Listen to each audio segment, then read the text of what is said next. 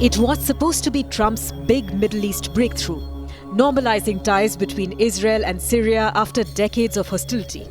But instead, Damascus is burning.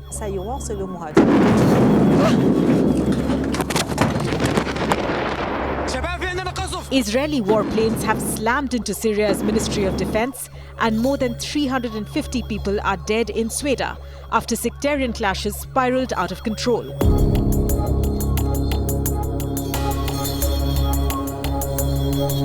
For months, Syria and Israel have been inching towards dialogue. Back-channel talks brokered by the UAE, nudged along by Washington, and fueled by Trump's eagerness to expand the Abraham Accords. Syria's interim president Ahmed al-Sharaa, who replaced Bashar al-Assad after his December 2024 downfall, signaled openness to a ceasefire framework. But normalization was always a long shot. The sticking point was the Golan Heights. Israel refused to even discuss withdrawal from the occupied territory.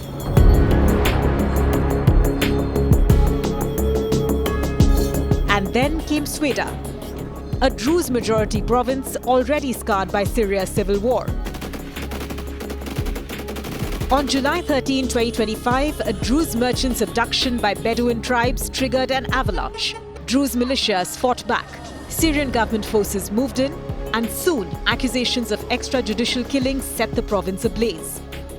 Israel intervened militarily on the 15th of July, claiming it was protecting the Druze, an Arabic-speaking minority spread across Syria, Lebanon, Israel, and the Golan Heights. We are also operating in Syria. We have an obligation to maintain the southwestern region of Syria as a demilitarized zone bordering Israel. We will not allow a return to a situation where a second Lebanon is being established there. And we are also obligated to protect the Druze residents. We are doing this through intense operations. I hope we will not have to operate anymore.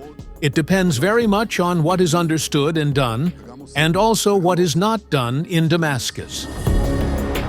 But critics say Israel's strikes are less about Druze protection and more about shaping post-war Syria to its advantage.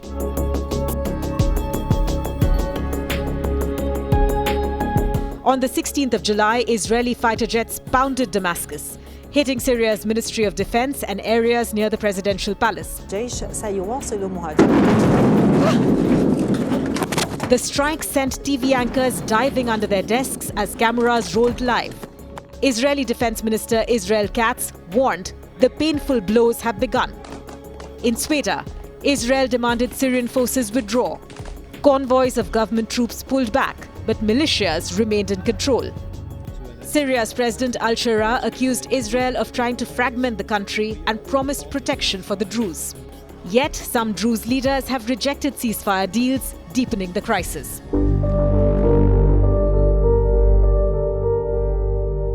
The US stepped in. Secretary of State Marco Rubio announced that specific steps had been agreed to restore calm. But the ceasefires are paper thin. Yeah, it's complicated, obviously. These are historic, long-time rivalries between different groups in the southwest of Syria, Bedouins, the Druze community, and it led to an unfortunate situation and a misunderstanding, it looks like, between the Israeli side and the Syrian side. So we've been engaged with them all morning long and all night long with both sides, and we think we're on our way towards a real de-escalation and then hopefully get back on track in helping Syria build a country and arriving at a situation there in the Middle East is far more stable. So in the next few hours, we hope to see some real progress to end what you've been seeing over the last couple hours. Arab states, Turkey, and even Iran have all condemned Israel's strikes.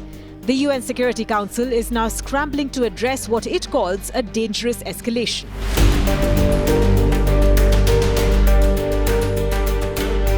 For Israel, Sweda is a buffer zone, too close to its border to risk Islamist fighters taking hold. For Syria, it's a test of authority in a fractured country where minorities mistrust the Sunni-led administration. Analysts warn that Israel's message of protecting minorities risks inflaming sectarian divides further. Many Druze in Syria reject Israeli intervention, fearing it paints them as collaborators. And Trump's normalization dream is in jeopardy. Syria's internal chaos and Israeli airstrikes have pulled the plug on any serious dialogue.